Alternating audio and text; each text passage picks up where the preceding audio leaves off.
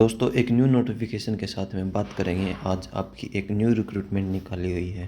Paramedical staff की जितनी भी आपकी वैकेंसी निकाली गई है उससे संबंधित संपूर्ण जानकारी के साथ में बात करने जा रहे हैं। आपकी पोस्ट निकाली गई है एसआई की, तो इस वैकेंसी का नाम स्टाफ नर्स है, पर ये एसआई की रैंक के बराबर की वैकेंसी है। तो दोस्तों इसमें आपकी टोटल 10 वैकेंसी निकाली गई है।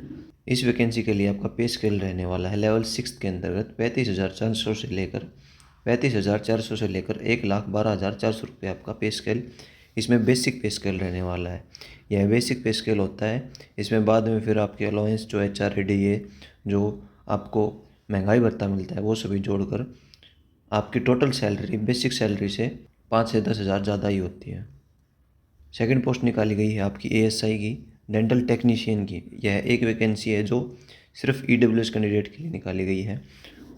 नेक्स्ट पोस्ट है ASI की लैब टेक्नीशियन की।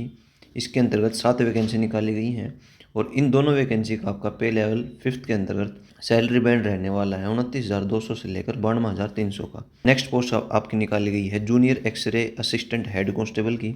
इसके लिए टोटल आपकी 40 वैकेंसी निकाली गई हैं। लेवल 4th के अंतर्गत इसकी सैलरी 25,500 से 81,100 रुपये रहने वाली है। एक वैकेंसी आपकी निकाली गई है कांस्टेबल की टेबल बॉय के लिए, जो कि EWS कैटेगरी के अंतर्गत आता है। नेक्स्ट वैकेंसी है सिटी वार्ड बॉय की या फिर वार्ड गर्ल की।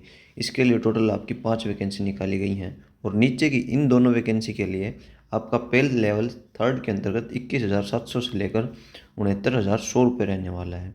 तो ये सभी वैकेंसी निकाली गई हैं। वैकेंसी के साथ में उनकी क्या क्या सैलरी रहने वाली है और टोटल कितनी पोस्ट है, उन सभी के बारे में अभी हमने बात की है। नेक्स्ट हम बात कर लेते हैं आपकी एजुकेशनल क्वालिफिकेशन क्या रहने वाली है।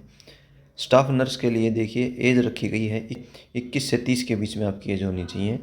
एसेंशियल क्वालिफिकेशन में मांगा गया है 12th आपने पास कर रखी हो। जनरल नर्सिंग का आपके पास डिग्री या डिप्लोमा होना चाहिए और जो कोर्स कर रखा हो उसका आपका रजिस्ट्रेशन होना चाहिए आपका सेंटर और स्टेट का। वहीं डिज़ायरेबल में रखा गया है, यह एसेंशियल नहीं है, आपके पास हो तो भी अच्छा है, ना हो तो भी आपका काम चल सकता है। Experience in the field of tuberculosis, hospital administration, sister tutor, public health, paediatrics, psychiatry, यानी कि आपके पास स्टाफ नर्स का एक्सपीरियंस होना चाहिए। यहाँ पर सीधी सीधी बात यह है। ASI डेंटल टेक्नीशियन के लिए एज रखी गई है 18 से 25। एसेंशियल में होना चाहिए 12th पास आपकी होनी चाहिए। 12th पास आपने साइंस साइड से कर रखी हो और साथ में एसेंशियल के रूप में आपको दे रखा है रजिस्ट्रेशन होना चाहिए आपका with 2 year diploma from an institute recognised by the central और स्टेट गवर्नमेंट, यानी कि आपके पास में डेंटल टेक्नीशियन का आपके पास में डिप्लोमा होना चाहिए 2 साल का।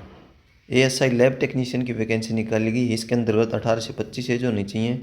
आपका 12th होनी चाहिए, आपके पास साइंस साइड से आपने 12th कर रखी हो और आपके पास डिप्लोमा आना चाहिए, यानी कि आपके पास में मेडिकल लेबोरेटरी टेक्नोलॉजी का आपके पास में डिप्लोमा होना चाहिए। ये जितनी भी जॉब निकाली गई हैं ये रिलेवेंट कोर्स के अंतर्गत निकाली गई हैं। Junior x ray assistant head constable की वैकेंसी निकाली गई है। इसमें 18 से 25 12th पास होनी चाहिए, 12th कर रखी हो किसी भी सब्जेक्ट से, और डिप्लोमा होना चाहिए आपके पास। रेडियोग्राफी का आपके पास में डिप्लोमा होना चाहिए और मिनिमम 6 महीने का आपके पास एक्सपीरियंस होना चाहिए हॉस्पिटल में ऑफ द सेंट्रल और दी स्टेट गवर्नमेंट के किसी भी हॉस्पिटल में आपके पास 6 मंथ का आपके पास में एक्सपीरियंस होना चाहिए। कांस्टेबल टेबल बॉय और सिटी वार्ड बॉय या फिर आपका वार्ड गर्ल के लिए 18 से 23 साल की आपकी एज होनी चाहिए। आपने 10th पास कर रखी हो, 2 साल का आपके पास वर्क एक्सपीरियंस होना चाहिए रिस्पेक्टिव ट्रेड से, यानी कि जो वैकेंसी निकाली गई है इसके अंतर्गत आपका एक्सपीरियंस होना चाहिए। 1 ईयर का सर्टिफिकेट कोर्स होना चाहिए इंडस्ट्रियल ट्रेनिंग इंस्टीट्यूट और vocational institute with at least 1 year experience in the trade. Industrial training का आपका 2 साल का आपके पास डिप्लोमा यहाँ पर मांगा गया है। थर्ड ऑप्शन आपका रखा गया है इसमें क्वालिफाइड ट्रेड टेस्ट, जो आपका ट्रेड टेस्ट लिया जाएगा वो आपको इसमें क्वालिफाई करना होगा। इसमें फिजिकल स्टैंडर्ड टेस्ट है। जो आपका पोस्ट है SI staff nurse, ASI dental technician, ASI lab technician and junior x ray assistant head constable के लिए आपका फिजिकल स्टैंडर्ड होना चाहिए। हाइट होनी चाहिए मेल कैंडिडेट के लिए 165 सेंटीमीटर, चेस्ट का आपका 76 सेंटीमीटर अनएक्सपेंडेड और 81 आपका एक्सपेंडेड, यानी कि बिना चेस्ट को फुलाए आपकी छाती होनी चाहिए 76 सेंटीमीटर की और 5 सेंटीमीटर का यहाँ पर आपके एक्सपेंशन होना चाहिए।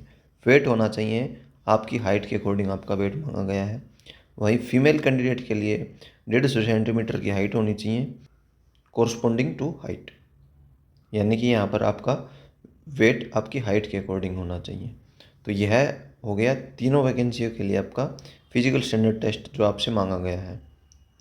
Minimum recruitment for the candidate for the post of constable table boy and city ward boy और गर्ल, इन दो पोस्ट के लिए, इन दो कैटेगरी के लिए आपका फिजिकल मेजरमेंट होना चाहिए, हाइट होनी चाहिए। मेल कैंडिडेट के लिए 167.5 सेंटीमीटर, चेस्ट का साइज 78 से 83 होना चाहिए और वेट आपका कोरस्पॉन्डिंग टू हाइट के अकॉर्डिंग होना चाहिए। वहीं फीमेल कैंडिडेट के लिए 157 सेंटीमीटर की हाइट और हाइट के अकॉर्डिंग उनका वेट होना चाहिए। सो दोस्तों, यह आपकी संपूर्ण डिटेल थी। अभी आपकी हाल ही में वैकेंसी निकाली गई हैं बॉर्डर सिक्योरिटी फोर्स के अंतर्गत। ग्रुप बी और सी की आपकी staff nurse, ASI dental technician, junior x ray assistant और कांस्टेबल टेबल बॉय और सिटी वार्ड बॉय या गर्ल की। तो आई होप मैंने सभी पॉइंट्स को क्लियर किया है इस वीडियो में। अगर फिर भी कुछ डाउट रह जाता है तो इस वीडियो के आप कमेंट बॉक्स में कमेंट करके पूछ सकते हैं। और ऐसे लेटेस्ट जॉब अपडेट के लिए चैनल को सब्सक्राइब करने के साथ में वीडियो को एक प्यारा सा लाइक जरूर कीजिएगा। धन्यवाद दोस्तों, वीडियो को लास्ट तक देखने के लिए आप सभी का बहुत बहुत धन्यवाद। मिलते हैं किसी नेक्स्ट वीडियो में किसी नेक्स्ट अपडेट के साथ।